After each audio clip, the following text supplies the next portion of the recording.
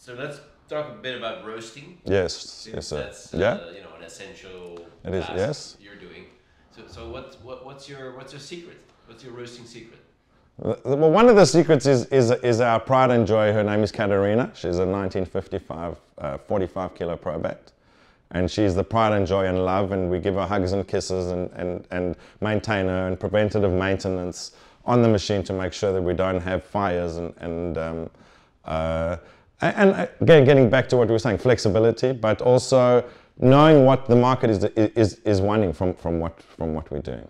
And so this Katharina, this 45 yes. kilo Probat. Yes. So what makes that so appealing? Because that's probably not the youngest lady. Oh, she's not the youngest. No, she's not the youngest lady around. She's older than me, and it's just the roasters that were built in the 50s and the 60s were real heavy construction, heavy metal, cast iron, thick drum. We get a really good, consistent roast and flavor profile, but also we can play around with how we're going to get the different flavor profiles and hitting the sweet spots in each coffee as well. So what does the cast iron contribute to an old machine like that? What does it contribute to? It contributes to heat retention in the roaster and make sure that there's no heat loss through the transfer out of the roaster in the drum. And why would the coffee care about that? Why would the coffee care about that? Because the coffee needs to follow a certain amount, a certain flavor profile, and as we were talking before, a rate of rise, and having make sure there's no energy loss in the roasting process or stalling in the roasting process, because then the coffees will take on a dull, lifeless kind of baked flavor. So the Australian profiles nowadays, yes, we're in the year 2014, are they becoming lighter as we see also? Well, I mean, we were never roasting past second crack anyway. We've taken our roast colors down maybe 5 or 10 points as well in the last 12 to 18 months. They are roasting lighter. I mean, there's a lot of these micro roasters. We used to call them Robusta bashers because they were never interested in using Robusta. Now they've actually become natural bashers, and they were like, oh no, we can't roast natural coffees. They will only roast fully washed coffees. And it's like, well, no, we don't like it, because maybe they don't really know how to roast them, or it's like, well, no, we don't want this flavor, this untoward flavor coming out.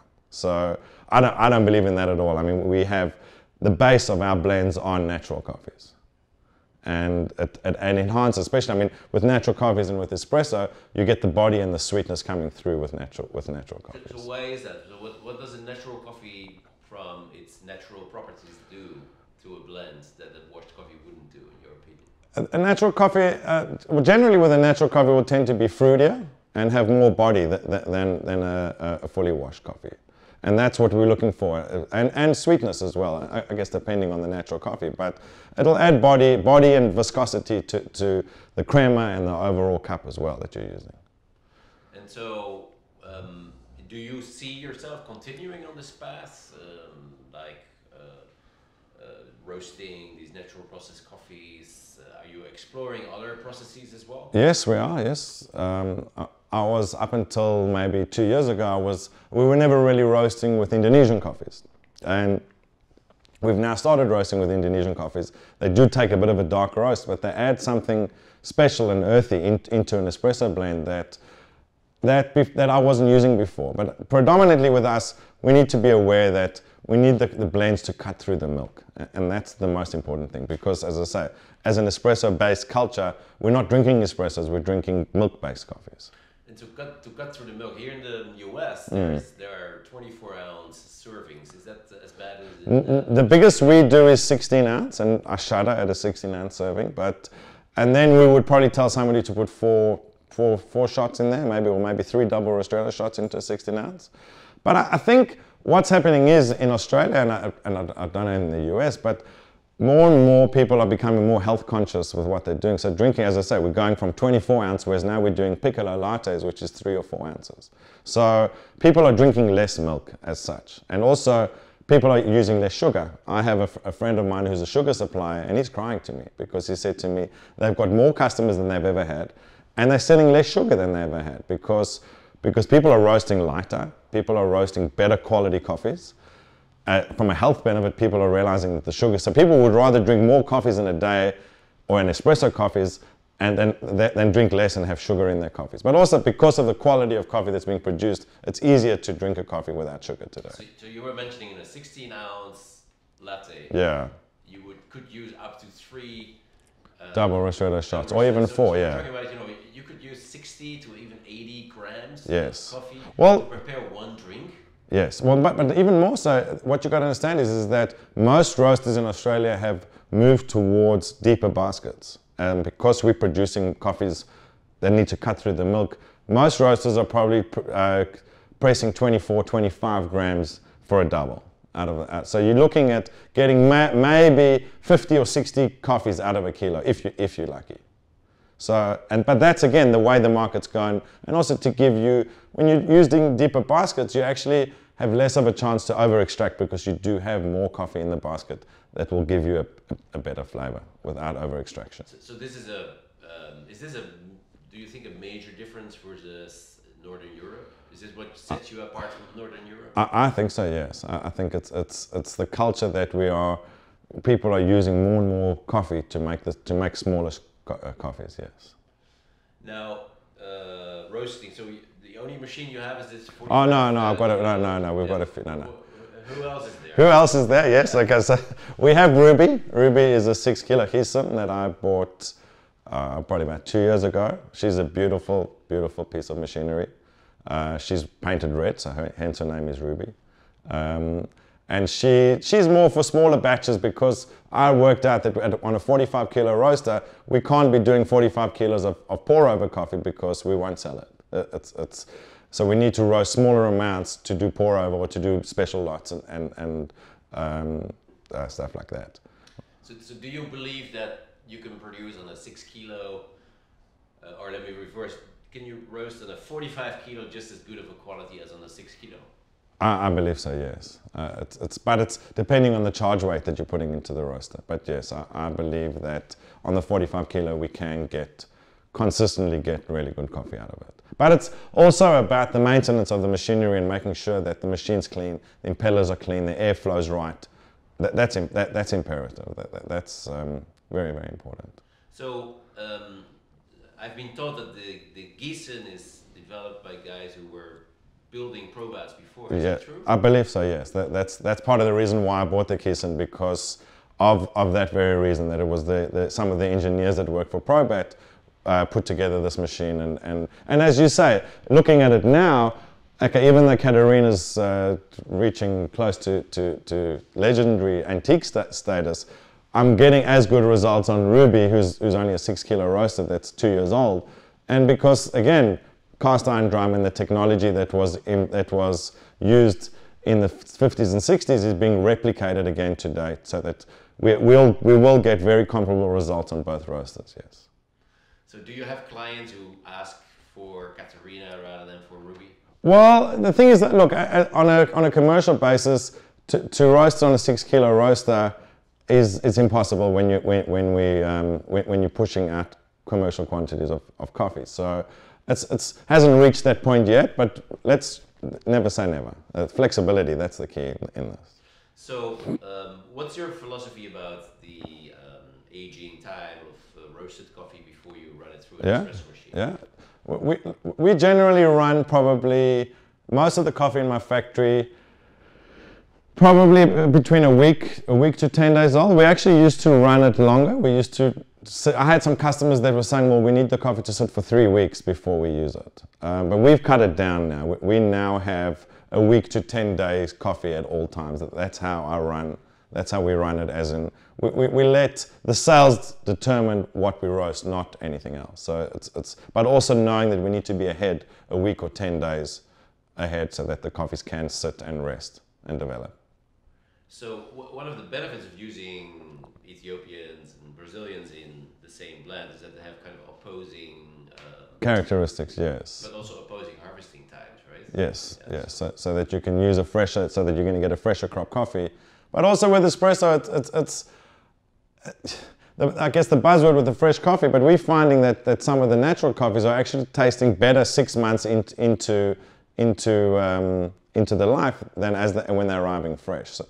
But as you say, yes, we can then bulk up our blends with a fresh crop coffee that will add the brightness and acidity and liveliness that we're on. So you don't believe in the seasonality of coffee? No, absolutely I do. You're saying 6 months old coffee can taste better than 1 month old? Well, yes, it depends. I mean, it also depends on how well the coffee's been rested at origin as well. I do have, when I bring my coffee in, we've got probably close to one of the best climate-controlled, natural climate-controlled storage facilities in the country, because the factory downstairs where we keep all our green coffee is set into rock. So it's always, even though we're roasting there, it's always very temperate and cool and low humidity downstairs. So we're looking after the coffee. We're packing in Grain Pro bags, and we're making sure that the coffee gets stored properly and rest in itself. So what do you think about these companies that make their model very transparent? There are roasting companies that print on their bags what they actually paid for the green beans. Wow. I didn't print on the bag. Okay, the transparency is more, I guess, and the transparency then comes back to traceability as well. I've never heard about them telling what they paid for their coffee, but that's a different story. But the transparency, most of the roasters are putting what their blends are on the bag. But like before, maybe 5 or 6 years ago, nobody would tell you what was in their blends. It was like all this proprietary secret, and it's like, well, you know what? We have our roaster set up. We have Katherine set up. I can give you my blend. I can tell you what's in it. I can give you the same coffees. You can take it away and roast it on a different roaster, and the coffee won't taste the same as what we've planned it to taste. And so, but again, the transparency model of sharing with your client what you actually paid for the beans, do you believe in that? No. No, but to a certain extent, maybe I should be, because then my clients won't think that I'm trying to rip them off for what I'm charging for their coffee.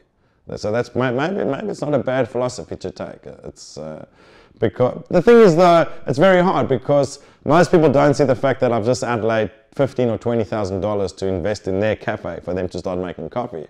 They don't see that. It's like, well, okay, somehow it's got to be paid for. Most people that run successful businesses realize that, and realize that there is a certain margin in the price of coffee that they're paying that's going to provide them with this free machinery. So what's a fair price for a coffee producer? What's a fair price for a coffee producer? Well,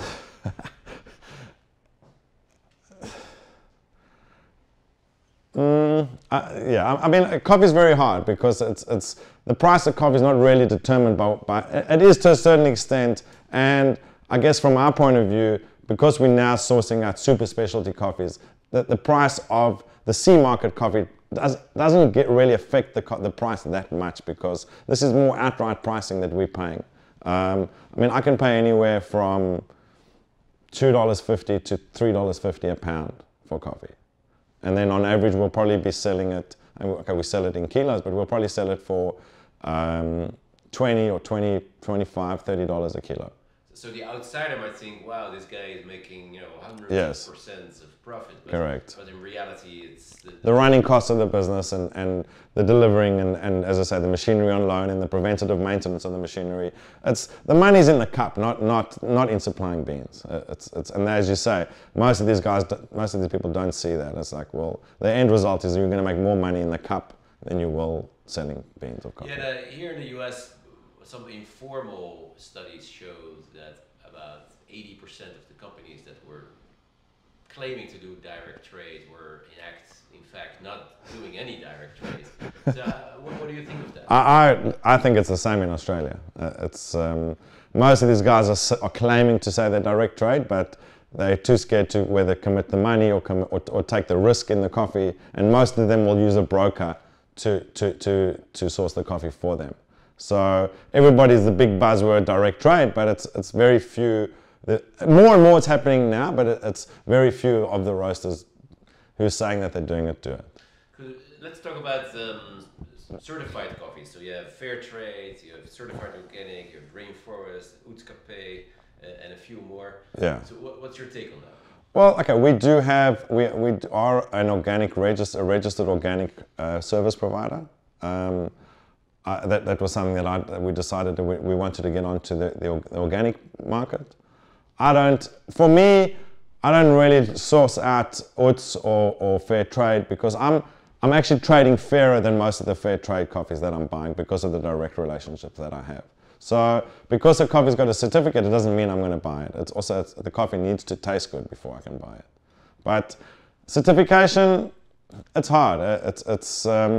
It's tricky, because some people are demanding it, but if the end of the result, if the quality in the cup is there, and there's enough of a story behind what we're doing, and we're explaining to people what we're doing, and the photos at origin, and the fact that I'm sourcing the coffee and shaking hands with the farmer, and not even just shaking hands, but adding my input into how the coffee is being grown and processed, what makes a huge difference to what we're doing.